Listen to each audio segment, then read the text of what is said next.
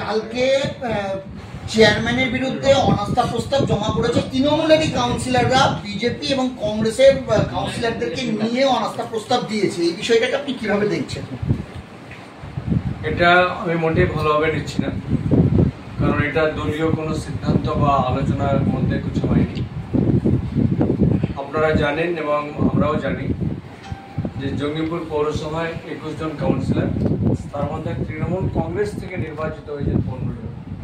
কাজেই বোর্ড গঠন করা বা আস্থা অনাস্থার বিষয়ে এই 15 জন কিন্তু এনাফ।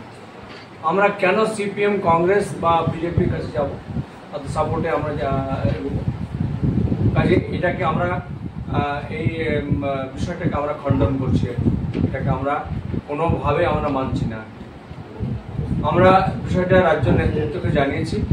রাজ্য নেতৃত্ব জঙ্গিপুর বিধায়কের সঙ্গে কথা বলছেন আর কি, এবং আমরা এখনো আত্মবিশ্বাসী রয়েছি যে এই অনাস্থা প্রস্তাবটা হয়তো উইথড্র হয়ে যাবে।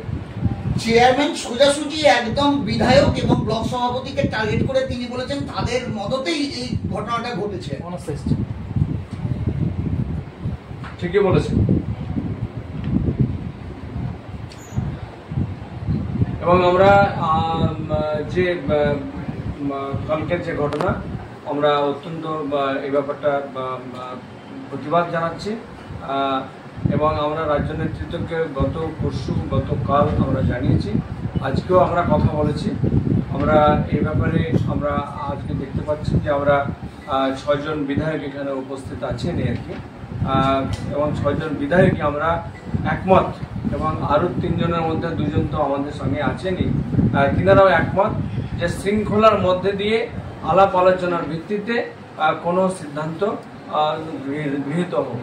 কিন্তু এখানে পার্টিতে কোনো আলোচনাই হলো না, সেই আলোচনাকে ব্যতি রেখে একতরফাভাবে কোনো এটাকে আমরা মনে করি যে এটা মোটেই ঠিক হয়নি, এটা নিয়ম বহির্ভূত কাজ হয়েছে। পৌরসভায় আপনার যে এসেছিল আজকে, তারা কি বললেন? দেখুন, একটা ওয়ার্ড বা কয়েকটা ওয়ার্ডে বেশ কিছু মানুষ, মহিলা পুরুষ এসেছিলেন।